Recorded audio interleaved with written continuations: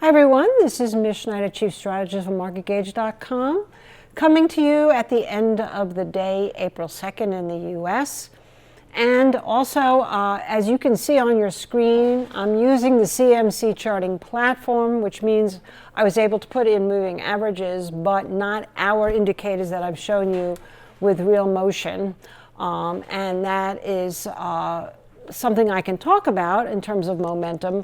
But in the meanwhile, for active price gauges, from what I've understood from feedback, is that you like to trade cash, and the trading view I was using was giving me a spot future, but not a cash. So I would love some feedback on whether or not you like this better. In the meanwhile, let's start with gold. Here we go, parabolic. I have been saying for quite some time now that gold was going to go nuts after it cleared 2100, and certainly now that it's close to $180 higher, that seems to be the case. Now, the essence of commodities is that when they correct, very often it's not a correction. Once it's in a parabolic stage, it's actually the end of the move. So it requires a little bit of art and a little bit of science. But anyway, looking here at this gold chart, so there you go, 2200 now is the big key area, and over the last couple of days, we easily took out this high at 2236. So we're going to call that our immediate support level. And if we take a look at the body of this candle here, we can even say 2036 to 2042 is your support. We hold that, bias remains positive.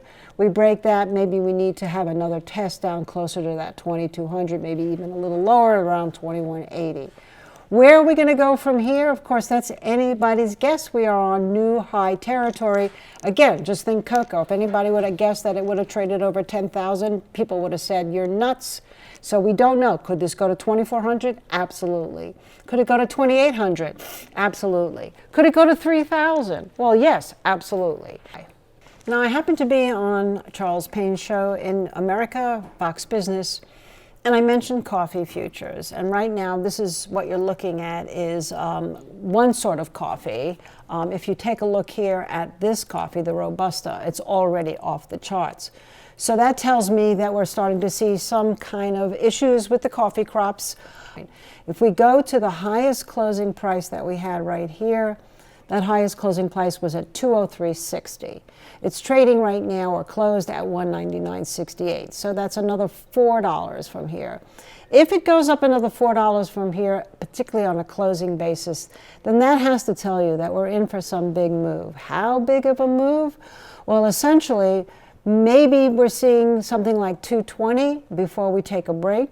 But what's more important is after cocoa and after I just showed you gold, here's another commodity that looks like it could be ready to go parabolic. Now, we haven't seen a correction in a really long time in any of the indices of any great consequence. And so if you're looking at this right now with me, this is Nasdaq. And you can see that we did have a correction today, but it still wasn't all that bad. We're still holding up over this 18,000 level. But you can see all the resistance that has happened here between 18,000 really and that and 18,400. So that's a big wide spread, but essentially what this is showing is that we never actually got some kind of a topping candle, in that this was a new high, but it wasn't a legitimate reversal because it closed within the range of the day before. So basically this is just a gentle correction at this point.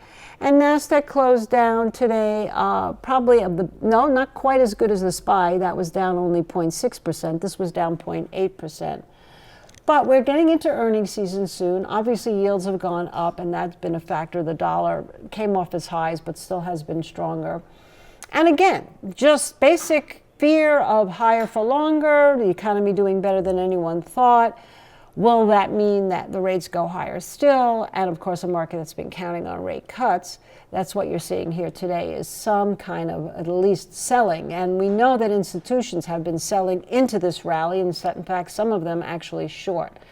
So the bottom line is this. At this point right now, I would say if you look at this straight line, that's 18,137. That's the closing basis on this, but you can also see it's a nice pivotal area in between all this work. We could probably say 18,140. Above 18,140, I think you have to be bullish. Below 18,140, I wouldn't say bearish. I would just say a little bit more negative, maybe a little bit more correction. Under 18,000, then your next real area to be looking would be 17,850. Now, another amazing move, again, no surprise to those of you who have been watching me week after week, has happened in crude oil. This is West Texas cash once again. I didn't put the moving averages in, but I don't think that's the most important thing right now. But essentially what we see here is that $80 I had mentioned, just 85 though was probably the more pivotal area, because if you take a look back here, we could probably go just a little bit higher up here, but over 85, we're starting to look a lot more interesting. And just looking at this work throughout all this period of time right here, what this is telling me right now is that through 86, 85, really up to 87 is your next level. We get above that, this thing is flying. And we can always talk another time about what are the implications, not just for the oil market, but for some of the other markets as well, if oil continues to go up. Now, 85, I'm going to consider that pivotal, although we can fine point that just a little bit on this wick here to this body of this candle at 84.18. So let's say anything above 84.18, we have to stay more positive. Below, then possibly it means that the move at least has a correction, if not over. I'm not as bullish in oil as I am in the metals right now, because oil has done its job. However, above 85, and then of course above today's high at 85.71, as I mentioned to you before, I think you'd have to look at 86, 80, and then 87, and then from there, who knows? I am very closely watching natural gas at this point, because I believe that this could be the last of the beat up commodities. We've already seen it in silver, copper, aluminum, and so forth, to get some kind of a run up. And it all starts with this reversal pattern that we saw here. But I've been mentioning to you that this 50-day moving average is extremely important. And right now, of course, since it's a declining slope, it comes in at 190. But really, I would have to say that I would feel better seeing a closing basis on this one if we can get back over $2, which is right here, basically. So if we're going to get back over $2, we're going to be taking out all this work that we've had for quite some time. And then I believe that we could probably see at least a move to 240 up to 250, if not higher. Of course, the implications of what that means if natural gas starts to go up in terms of inflation, we can deal with that another time. Where would I change my mind at this point? I would probably say, look at the doji day we had against all of these highs right here. So even if you wanted to look at it and nibble cheaper, 176, 177, if we round up a little bit, above starts to look much more interesting, and below, I'd probably just stay away. That we needed to clear like 26.30. This was not looking at cash, that was a futures market. But if we pull back a little bit, you can see that we just got up to the highs, similar to what we saw in the other silver futures market, where it's basically matched at 26.15, 26.16. So that kind of makes it kind of clean. Now this whole formation is extremely powerful. We break out of this, I don't see any reason why we wouldn't go at least first up to 30, maybe even $35 an ounce. Some people are saying 40 or 50. Again, this is all an inflation narrative that nobody has been talking about. Clearly means that we're going into maybe some kind of a debt crisis. And we'll take a look at the currency actually in a moment. But right now, what you can see here is we get through this 26.16. Not really sure where this thing can stop immediately on a more intraday basis. We'd have to go back just a little bit further. Look at where this is. This is a huge, it's almost like a trend line.